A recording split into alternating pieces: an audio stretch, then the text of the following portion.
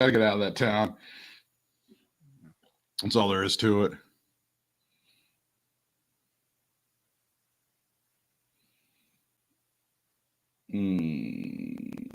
There it is.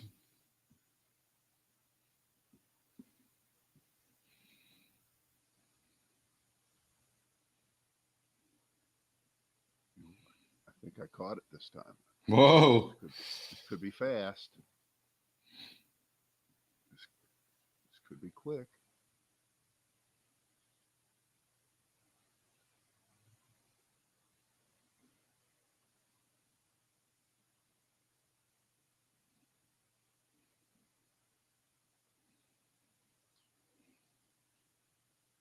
By the way, season 5, Connie Britton just got killed on Nashville. I didn't want to spoil that one for you, so I wanted you to find that one on your own. The show lags after that, by the way. You guys could tap out right now. That's pretty much the end of it. Oh, I haven't noticed that much. They really struggle with some sort of identity once Reign of James goes and meets her demise.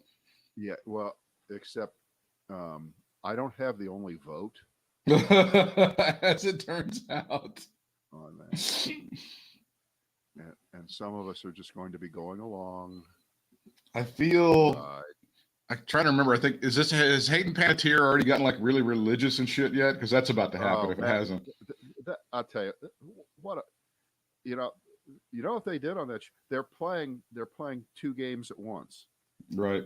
You know, they're all lefty libs who write shows. We know that. Of course. So there's that component. There's the gay thing, and then at the same time they have to do the Jesus. Rhiannon Givens and all that, you know, so they're trying to always play both sides of the fence there. Okay, and I guess it worked. You know, it did work. They did okay for a while until Connie Britton wanted out. I'm done. I've had it with you people. All right, I'm all shared up. I'm ready to go.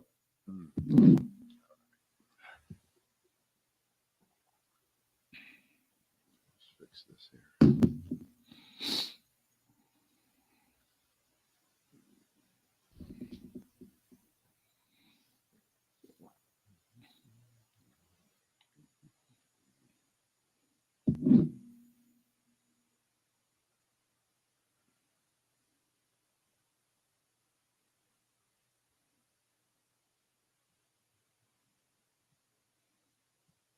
Okay, ready? Yep. It is the Brad and Britt cast. We thank you for joining us. This is our first one this week. And we probably won't have to do this very much longer because both you and I are, you know, they do this calculation every time they play a basketball game in the NCAAs and there's an upset. They go, oh, there's only 150,000 correct ones, right? And you and I are the last 2 people in the country that have picked every game right in our multi-million-dollar bracket pool. Isn't that? It's stunning. And we sent in the same. That's why, because you and I are, we're identical on that. And it's probably not something to brag about. We should probably just keep quiet about it. But what do you think? Yes, I think it's time to quit this and just collect our huge money from the Disney Corporation and go home. Yeah. All right. Here is a question. Could you go a whole day without checking your smartphone, posting on Facebook or Twitter or Instagram, and watching TV? There could be $2,400 in it for you. If you think you're up to the task, it's something called the 2021 Digital Detox Challenge. Reviews.org, whoever they are. And by the way, that is a nothing, because anybody that lives certainly in our part of the world has gone way more than 24 hours when the power goes out without anything, right? It's true. It's true. Right? We're used to it. It's just not a big deal. So we can get in on that. So that will be $10,002,400 each between the brackets and this contest. So again, if we're not here tomorrow, it's because that's what we're doing, right? I'm looking right now at the reviews.org, and they try to be some Consumer Reports or something like that, and then they got the application to do exactly what you just talked about right there, the digital detox and stuff like that. Yeah. So But I don't know. You know what? I actually get in trouble a lot, and you know this is true because you've tried to communicate with me Exactly for years this way, where you will send me something, or there might even be a three-way conversation, you, me, and John the Catholic, and you don't hear from me at all. And it's not because I'm ignoring you or I hate you. It's because sometimes I just put the phone down for hours and hours, and I'm doing something else. It's so I definitely could go for 24 hours. No, but you're looking when you put the phone down, aren't you looking at the iPad or something else at that point? No, No, you're just not looking at anything. I'm doing something non-electronic. Weird. You know, I'm outside. I'm doing something. What a strange man you are. Is that weird? Is that crazy? That's odd. That's so strange. It's so out of touch with humanity. So what do you think of that contest I came up with to name the Donald Trump alleged new platform that he is going to launch into? It's going to be huge. It's going to probably blow Twitter and Facebook out. They'll probably go out of business, I would say, by July, both of them. Right. They'll be gone. Well, first of all, Parlay put a big dent in their business already, right? Parlay's been so big. Oh God. But they already have been shut down, and they've been trying to crawl back for how many months now? About 3? 3, that's right. I don't know what to call it thing. So they don't really exist anymore either. I don't know. You said Quitter, Trumpler, Crap Chat, Dick Doc, which I like a lot, by the way. FatSap, as opposed to WhatsApp, Twatter, P-Chat. Let me tell you something. The first Twatter. 3 or 4, the first 3 or 4 were other people, but mine, Twatter was mine. Twatter was yours. You feel proud about that one. Bluster is mine. Mm-hmm. Snack Chat is mine. Bluster needs to to make it more internet friendly. You need to eliminate the E and just call it BLUSTR and make it more internet friendly and just crazy like that. Gurgle is another. Oh, you're totally right. You're absolutely right. And now, some of the people have some pretty good ones too. Puss Grab. Puss Grab. Hey man, I just puss grabbed you. Can you go ahead and check that out? Cafefe Express. Dicker. Lost Dick, Book. I like Dick Doc a lot. I thought Dick Doc was good. Here's a couple more of mine. DorkuSign. This is one of my favorites too. Brainstop. That's a good one. Yeah, those are some good ones for the New Deal. So anyway, it's been many news cycles ago. So I risk invoking your wrath on this, but I'm seeing a post on the Hill now saying it's just so unfair the way that Biden slip and trip up the ramp to the to Air Force One is being completely treated differently than some of the problems with Donald Trump when he was in office. Is the thing with him? I mean, I know that him going up the ramp and slipping, going to the airplane is going to be played ad nauseum on the Sean Hannity show and on Fox. But is it an anything? No, it's a nothing, and okay. Here's why: because you have to put it in perspective, not just relative to all the physical mistakes and errors and signposts of true impending either senility or just outright physical deterioration that Trump showed that were a thing for about a half a day, but were completely ignored, remember, over on Fox. And those people who are Trump fans, they know nothing of the shaky glass shit and all the crazy stuff that he did, because they would never show that. As opposed to, we all know about Biden. We all saw it. It was covered. No, it wasn't the top story, unless you were the Drudge Report, which had it up there for 24 straight hours last Friday as the only thing that mattered in America. So they're the ones that are out of proportion with it. And again, Joe Biden at 78 infinitely more vital. And a guy has, and I know I'm being a complete Biden suck up here, but his whole life, like him or not, has been not that you get knocked down, not that you experience tragedy. It's how do you turn it around? How do you get Right. over it? How do you How do you move on? respond? And guess Right. what? Joe Biden got up after he slipped and walked right up the stairs and finished the day and met with people in Atlanta over the tragedy there at the health spas with the Asians being shot and other people too. He did his job that day. So the answer is it was actually in proportion to the way it should have been covered by everybody. It was acknowledged. It moved on. Now, was it on NBC Nightly News? No. They just showed him walking down the stairs maybe some other time correctly. So you could, if you want to call that a cover up, if you want to go there, go ahead and do it. But it is a nothing. And you know how it's a nothing? Because you just said it at the beginning. It was several news cycles ago and it's gone. It doesn't mean anything. Well, the important part of the story was exactly. Hey, if he broke his leg, if he broke his ankle, then it's a story, but it's not. The important part of what you said was that they made the speeches, he and Kamala Harris making the speeches in Atlanta and speaking out against Asian American hate crimes, which have skyrocketed. And you're hearing a lot of people, including I saw at least one GOP representative say that the stuff that Donald Trump did over the 4 years, calling it the China flu and the Kung flu and stuff, was not helpful toward violence toward Asian Americans. So yeah, I think that is the important part of the story. I just know they're going to replay it over and over again, and that's going to be the. But you're right. The thing with Trump with his two hands on the little water bottle and shit like that. That to me, that was way more disturbing. Way worse.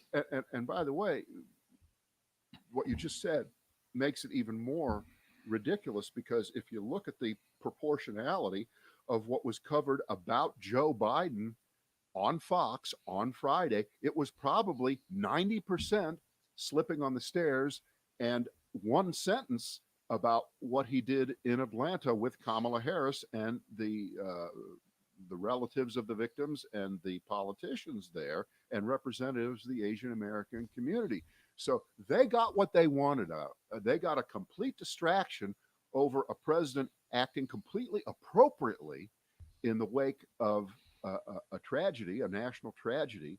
And that's all they want. That's all that matters. The facts don't mean anything, as you know. And boy, there's a big gaffe on Fox this morning. You may have seen it. What's her name? Harris Faulkner. Harris Faulkner. One of the real journalists at Fox. She's one of the straight journalists at Fox. Oh God, she's got Trump on the phone. Yeah. And right in the middle of the piece, she says that the secretary of DHS, the Health and Human Services secretary, Alejandro Mayorkas is the gentleman's name, right? Who did a full Ginsburg on Sunday? He was on all 5 or 6 or 12 shows, trying to defend the indefensible, what's going on the border. And she, with Trump on the phone, made him happy for just a moment, because she said, "Oh, he's just resigned." And then Trump jumped in, "Well, that's pretty good for the American people. That's a great thing." And then, just like Jon Stewart, remember Jon Stewart? I don't know if Trevor Noah does. Jon Stewart does the fake when he says something really stupid. He puts his hand on his earpiece and looks real serious for a few moments and goes, "Hang on, let me correct that. That was not true, right?" Yep. And so, of course, he didn't resign. She goes, "Let me check with my people. Hold on. Well, he did not resign.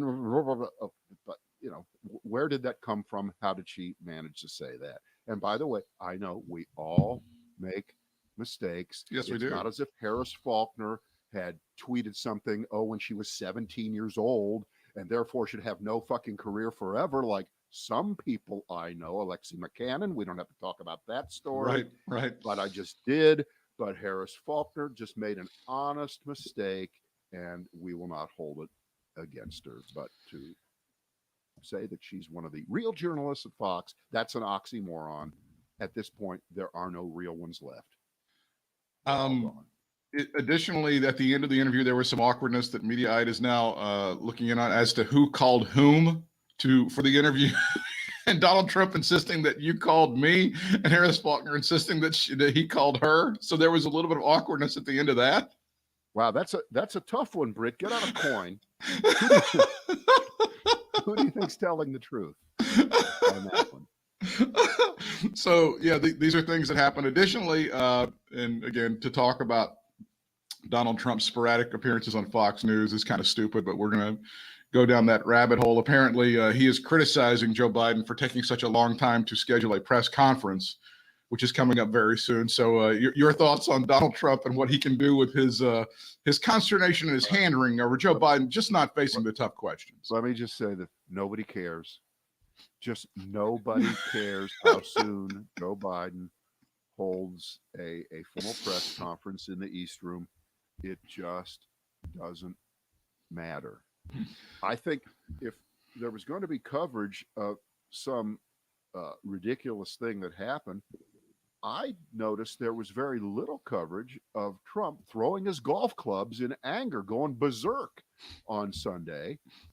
He was playing with Bryson DeChambeau, right, and Lindsey Graham, and I think one of the women professional golfers. Well, what a foursome that is! Yeah, right. Lindsey Graham and Trump, and so Trump hits a crappy shot, and there are all these pictures of him taking his club up over his head and pounding it into the ground. And I think the pathology of that is really interesting at this point. He's an ex-president, retired, doesn't have to prove anything, and still at this point he thinks somehow that because he's in the presence of a great professional golfer, two of them, that if he hits a bad shot, it's so embarrassingly bad because, really high quality professional golfers, they've never seen anybody hit a bad shot in their life. They're just not used to it. Right. And they've never hit a bad shot themselves, and they wouldn't understand it. So Donald Trump has every right to lose his temper and act like a completely out of control Jimmy Pearsall crazy nut job. Reference to baseball play yet anymore, sir. Go to something that's a little more current, like Earl Weaver or Billy Martin, perhaps. That's only 40 years ago. Right, exactly. If you could do that a little more, a Lupinella angry reference Ohio would be... State. How about angry Ohio State basketball fan after game over weekend? Couldn't you at least give us a Lupinella? Because he was able to kick up some tantrums back in the 30 years ago too. You're stuck as badly as I am. In dated references, fear strikes out. Yeah. The former president went on. The former president went on to say that Joe Biden is being treated with such kid gloves by the press, and he's not being asked the tough questions the way that Donald Trump was. That's what he said with Harris Faulkner. Get over it. I'm not even. It's not worth. Well, can we cue those interviews where he had like Laura Ingraham and he had Lou Dobbs kissing his ass and talking about how do you do it? How do you do so many great things for the American people? Can we just cue those interviews? Because I remember those way more than I remember him being challenged on anything. My recollection of one of the last interviews Trump did as president was with Dave Portnoy, the investment guy, gambling guy, barstool sports guy, and Portnoy laid down for him. Portnoy absolutely laid down for him. I mean, if you want to go back and figure out how many softball chicken shit interviews were conducted with Trump versus how many times he was ever asked a truly challenging question, the ratio is about 50-1, right? Easily, yeah. 50-1. And remember, certainly in the last year, after the coronavirus began to overtake America more than a year ago, and Trump thought he could bullshit and talk his way through this through lying and bluster. And for many days in a row there in the spring, he was holding usually those outdoor press conferences where everyone was split far apart. And someone can do the editing, and I'm sure they will if they haven't already. Someone to do the editing where every time he would be asked a really, really tough question, not only would he not answer it, he would say, "Thank you," and walk off, right? That was his line. Thank you. Thank He would you. leave. That's So it. here he is again. It's a lot easier now to just sit back and pat ourselves on the back for saying for 4 years there is not one thing that Donald Trump was ever truthful about, and there was not one thing that he ever said that wasn't designed to help him or he thought would help him versus helping the country, the American people, voters, citizen in anything. And he proved it then, and he's proving it now as the worst ex-president probably we're ever going to have. And he really could do us a favor by being the second of a foursome with Rush Limbaugh, wherever Rush is, and getting that over with. That's all Well, I'm see, going to say. but I now, want the but wait, FBI at my door. but now you can answer the question. Yes, vaccine was wasted on Donald Trump. I mean, you don't know. We don't know the answer with Rush Limbaugh, but vaccine was wasted on Donald Trump for sure. Yeah. In secret, in the bushes on January the 6th, he got some sort of a vaccine. We're not sure, and we don't know when he got the second dose or any of that shit. Hey, I have no idea. Hey, speaking of old guys, the fact that William Shatner is 90 today, Yeah. that just stuns me. Not because I don't believe it, but that means when he was making Star Trek, I think he was in his late 30s. Right? Yeah. He was not a kid then. No. He was already a full-formed adult in 1965. He was, yeah. He'd done the Twilight Zone stuff, and he'd been in other things, sure. Right. So if he was, he was born in 31. Mm-hmm. Right? Okay, Mm-hmm. yeah. So 34. Yeah, he was well into his 30s. Well into his 30s. I think he seems to have lived a pretty good life. Well, you remember the story with him was when he started doing, and it was March 22nd of 1931. That's exactly the date he was born. Remember when he started doing the Priceline stuff, they made the deal with him. They said, we can pay you cash or we can give you stock. And either he or his management team or somebody came for the idea, I'll just take the stock. And he made a shit ton of money. He made way more money than he would have made just taking the straight cash. Right? Well, especially if he held it all the way. Yeah. I mean, it languished for a while and then took off. Now it's booking.com. Yeah. That's what it's called. And it's well north of a $2,000 per share stock. And I think it was down at $5 a share. So if he held on to that. The stories that I read is he did quite well. He did quite well. And I guess they've brought him back today. They've done a special 90th birthday. Priceline did today. They invoked the ability to use him whenever they want to today. Well, didn't you have this story about somebody that did the glass for one of the original Wendy's restaurants in Columbus, Ohio, and they were offered the same deal? You can take the stock, you can take cash, and the guy took the cash. Yeah, my dad's best friend ever was in the auto glass business. Right. In Columbus. Mm-hmm. He was a big guy, big deal, not just auto glass, all kinds of glass. And the first Wendy's, they offered him stock or money. Well, it's one crappy little hamburger joint. I'll take the money. Sure. Take the money. Absolutely. Clearly, that was not a good decision. And remember, the Dave Thomas story is almost the flip side of the William Shatner story. He works his ass off, works for Harlan Sanders, helps make KFC into this big thing, and he's like a millionaire by the time he's 30 or 35. And that's when he decides, I think I'll do this Wendy's thing. And he opens it up, and it becomes a massive success, and all that stuff happened.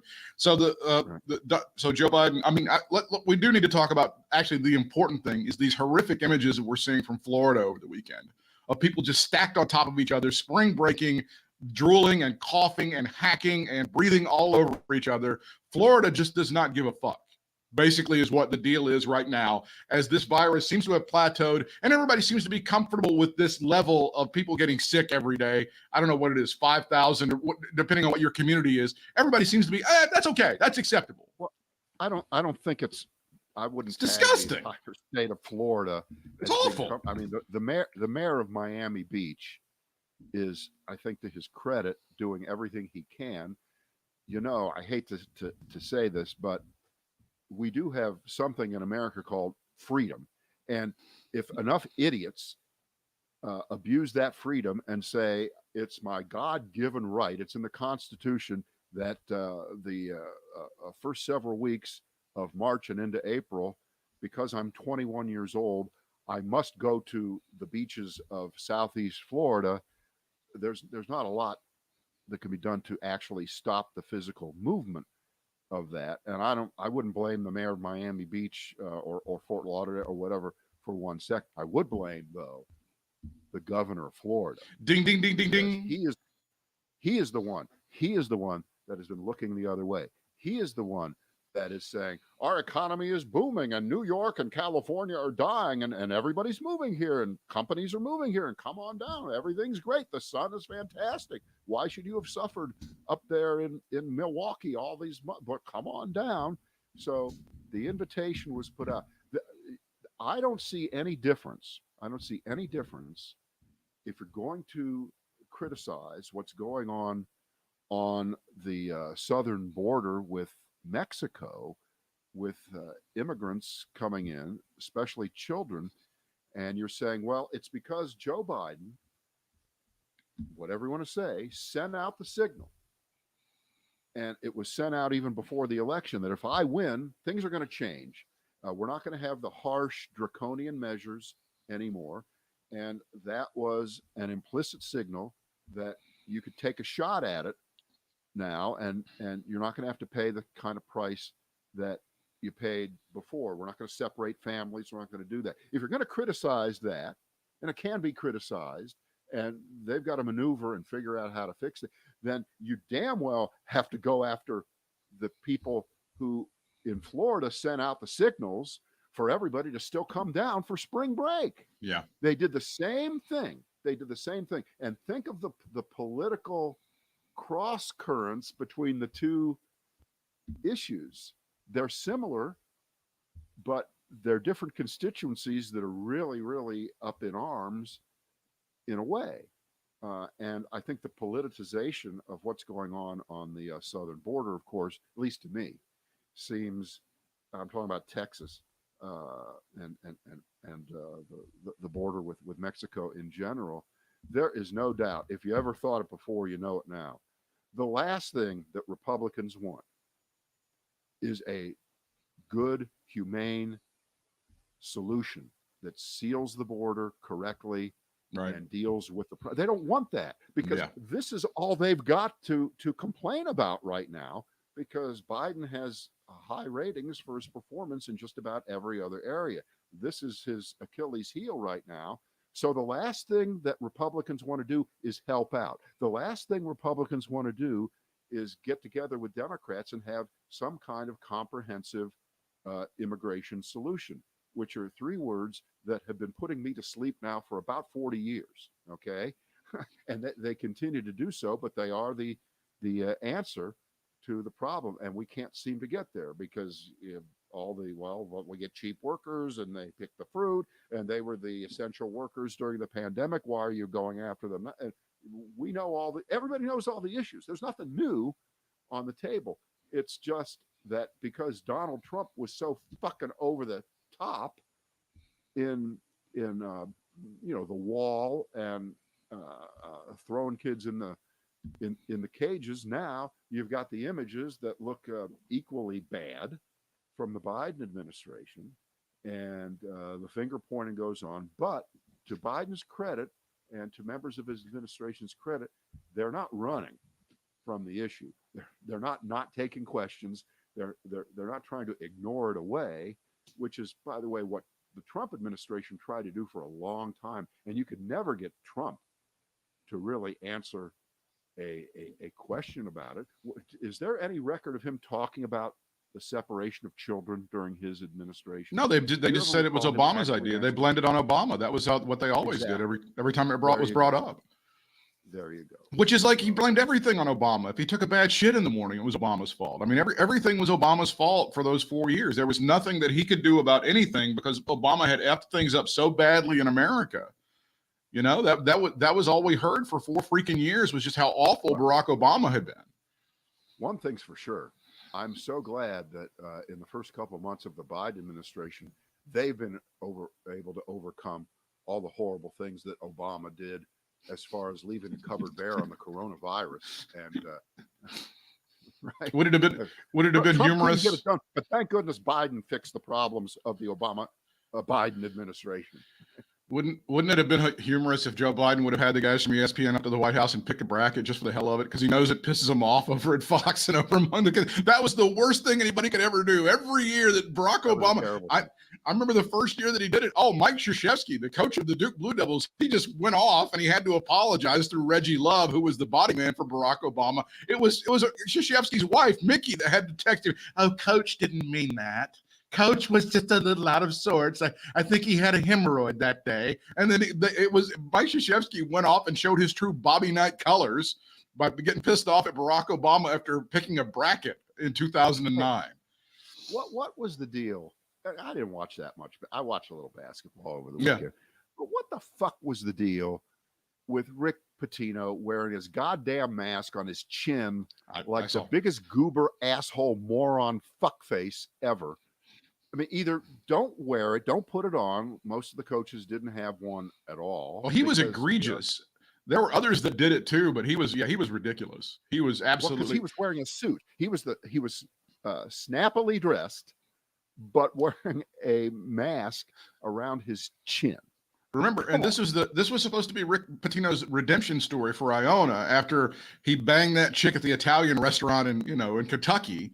He comes back. He becomes like only, I think, the first or the second coach ever to take 5 teams to the NCAA tournament, and he gets dosed in the first round. But you're right. He's in there, and he's not even wearing the mask correctly. It's not that hard.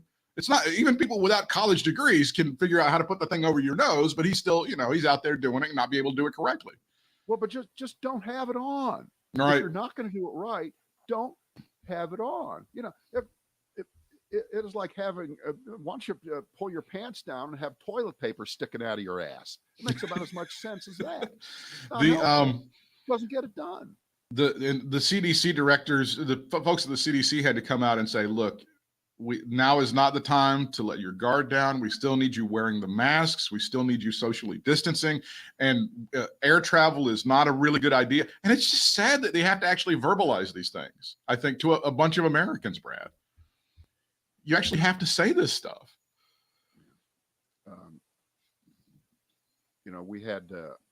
We had our son and his wife at our house. Right. Yeah. On Thursday night. Now, they're not vaccinated. They're in their early 30s. They're not vaccinated, but they've been extremely careful and have been essentially hiding out most of the year. Right. And like most of us. My son is getting a graduate degree and takes 99% of his classes online. In fact, all of them. Wow. And he attends Western Carolina. Okay. Apparently next month, they're going to start doing in-person classes, Western Carolina. They're going to start doing them.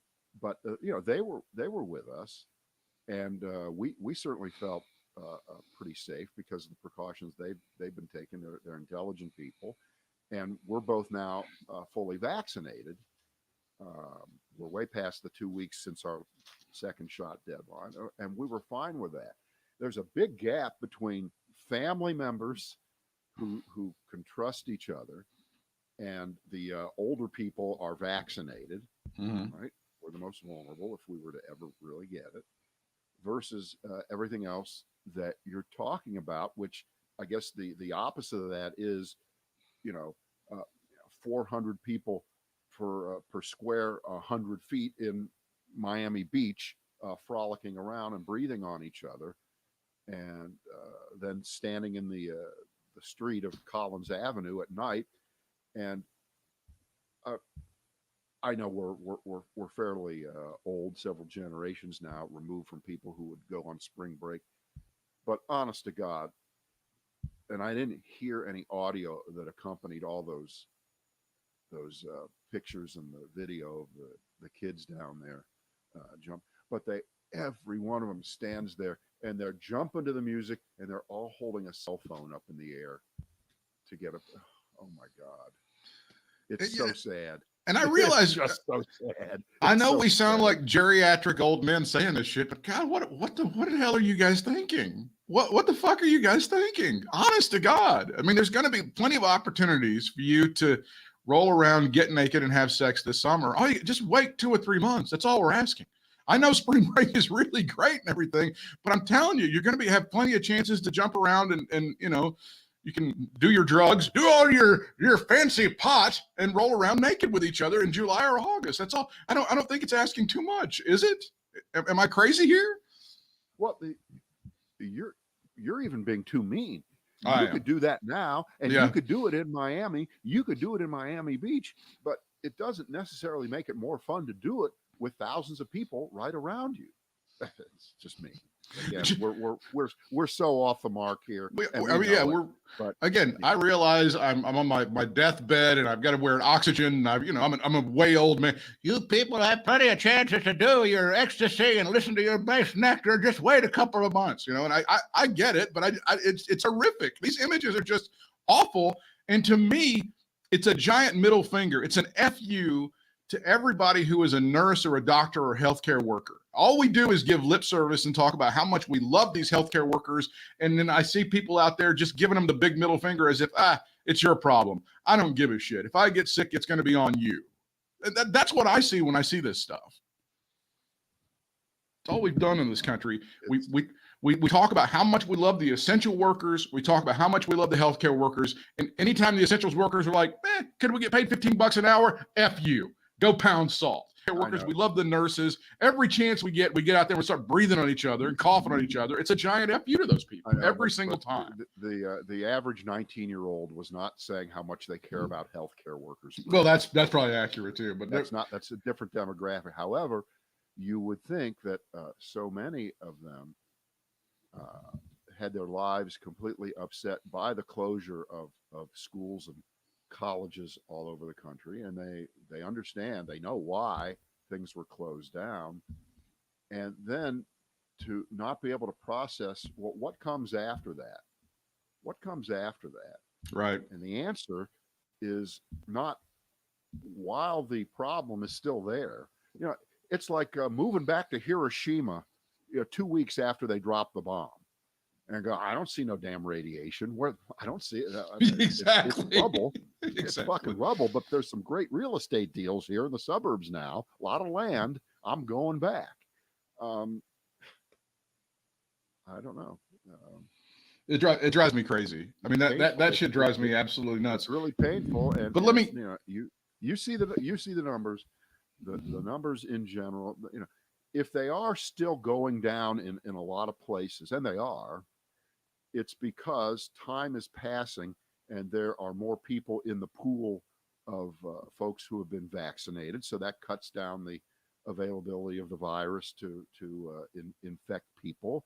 And yeah, it's a smaller audience that it's working with, but that's going to be blown out of the water if people completely disregard all the things that we know work. And probably the one place in America you don't want to be over the next 3 weeks is on an outbound airplane from Fort Lauderdale, Hollywood International Airport, or Miami International. I don't want to be on one. Can you imagine being on a plane and knowing that you're there with a bunch of kids who are all intermingling with each other? Forget it that way. And I'm not talking about catching airborne gonorrhea. I'm not talking about that. Although that's always a possibility. If you're in this and you're somebody who's in that age demographic we were just talking about, and you're starting to form your political opinions and you're starting to kind of figure out what's going on in the world and maybe how you're going to vote and stuff in the next 20 years. Uncle Britt. He knows what he's talking about. No, I'm asking the question. Are you more likely to go, well, it's these damn Democrats that have kept me from trying to party and have a good time, and they're clamping down on my freedom. I hate them. Is that what you're doing? Or are you like, I mean, I wonder the lasting effects of this politically among those people that have kind of lived through this. No, I don't think so. I don't think this is as much a political thing the further down you go in age as it is older and whiter and more Republican. It gets more political. I'm just curious. I'm curious if we're creating more little Republicans out of this thing because they're the ones that want freedom and stuff like that. I hope not. I hope they're not receptive to the DeSantis message, DeSantis and Greg Abbott message.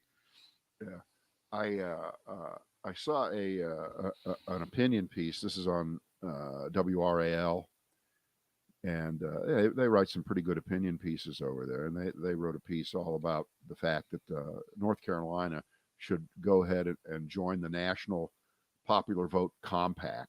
Right.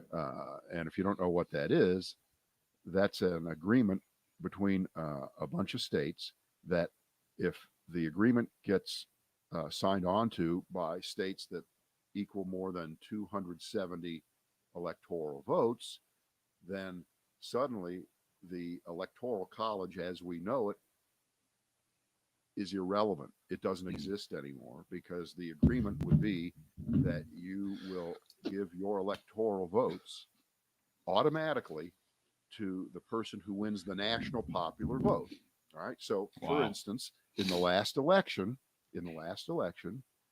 North Carolina's electoral votes would have gone to Joe Biden if we had signed on to that and the pact was in place, because Joe Biden got the most popular votes, and you would therefore have a national election.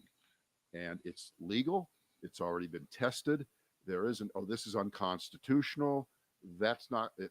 It's already, and they're close. They're very close to getting the number of states to sign on to this, and it would at least at some level start to chip away at the voter suppression tactics that are going on across the country. Because remember, those voter suppression tactics are concentrated in Republican leaning and battleground states. And if you knock out the ability for what happens state by state to matter so much, then suddenly, for instance, the fact that in the last election, the margin that Biden got in California and New York would mean something. Right now, the number of votes that Joe Biden got in California, if it was just one more than what Donald Trump got, well, Biden got all the electoral votes. Right? But in this case, if Joe Biden gets 3 million more votes, then all the other states are going to be respecting that, who signed on to the pact, and they will count for something more. It would surely be challenged in court. I mean, that would after the fact. No, it's already been. They've already been through it. If you read the piece, and it's adjudicated. It's okay. Absolutely, to do? absolutely. Okay. There's nothing. Now, if you're asking, will they try anyway? that's different. But because, as you know, you can lose, say, 60 cases in court and still pretend that you won. I understand that. And not only that, you can admit that, as the governor of Arkansas is, that they've outlawed abortion illegally, but they don't care. They just want to challenge in the Supreme Court to overturn Roe v. Wade. That's basically what Asa Hutchinson has said, right? That's right. Yeah, they don't care. We know it's illegal. We know what we did was illegal. We don't give a fuck. Mm-hmm. That's essentially what he said. Right. I found a text from last summer, a message I sent to my girlfriend predicting that he would lose at least one of the following: Georgia, Texas, and Arizona. That's from July 15th of 2020. I predicted that. So he ended up losing. He lost two of those. He ended up losing two of those. I was able to go back in the conversation and look at it and find it. I'm very proud of myself. It says we end on this note. The White House is preparing a $3 trillion package for infrastructure. So we finally are going to get infrastructure week, Brad. 5 years too late. We're going to finally get infrastructure week. Well, this will be an interesting test because, again, this is one of these probably 70-30, 80-20 issues. I mean, we all agree that the roads and bridges and airports and electrical systems and that's water the one systems, need updating and fixing so that China doesn't get twice as big as the American economy in the next 20 years instead of just a little bit bigger, which it probably already is now. But are they going to be willing to negotiate on this so that we can get to 60 votes or whatever it's, I mean, it's every issue is the same. So the answer to the question is, what the hell's going on at the border? Well, That's all that really matters. the moonshot for anybody that wants to do this, and if Joe Biden can pull this off, he will have an amazing legacy, is to update the electrical grid. If you are able to do that and at least get the ball rolling, and that's a multi-year, maybe a decade-long project, and it's a national security issue. I get that, but politically, you know what? He doesn't have to go that big. All he has to do is fix Texas. Well, think of that. Well, that would be an amazing legacy. That would be an amazing legacy. Now, by the way, that being said, we always have to remember that it wouldn't matter, I don't think, tomorrow if Joe Biden and the Democrats, national Democrat and ones in Texas, were able to do whatever it took to make what happened last month in Texas never happen again. Jeez. The rate structure, make it impervious to this kind. They could fix everything tomorrow. And of course, would that turn into a reward at the polls for Democrats in Texas? We would normally say, of course it would. They just fixed the biggest problem that we have. But Republicans suck. They're full of shit, and they will vote against their own interests, and they don't care if you've even helped them in the broadest sense. However, it does start to become a true kitchen table issue. Oh, it is. Your kitchen table is in the dark all the time. Oh, if you can't see your kitchen table issue. No, I don't know if I told you the story, but on Pod Save America, John Favreau and Tommy Vitor and those guys that used to work for Obama, they said that Obama all the time would go, you know, we got to put something in this speech about fixing the electrical grid. And they would always go, we can't sell that. That's not sexy. I don't know what you're talking about. And he would bring it up time and again. He goes, okay, guys, I'm just telling you, it's important. And they just could never figure out a way to get it done. But it was something Obama pushed them for time and time and time again.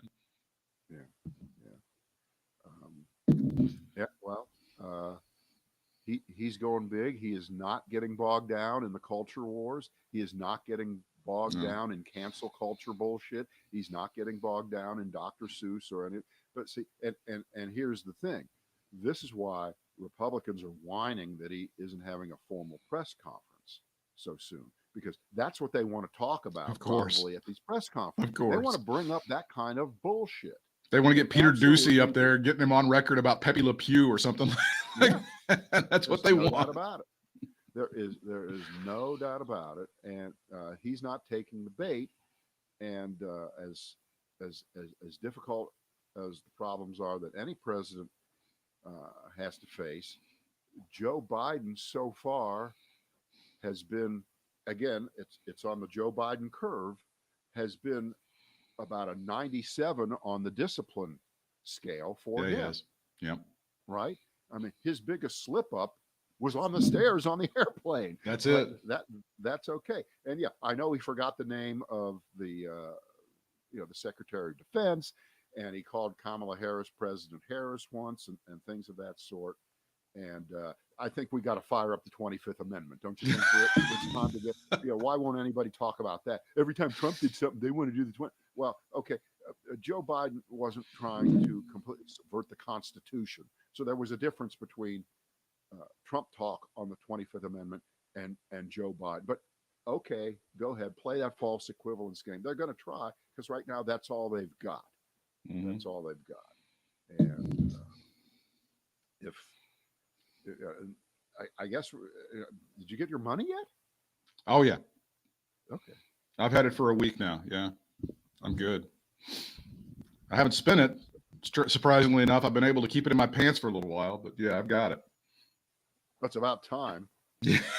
Finally. Yeah. That's us for today, everybody. Yeah, the headline, Britt keeps it in his pants.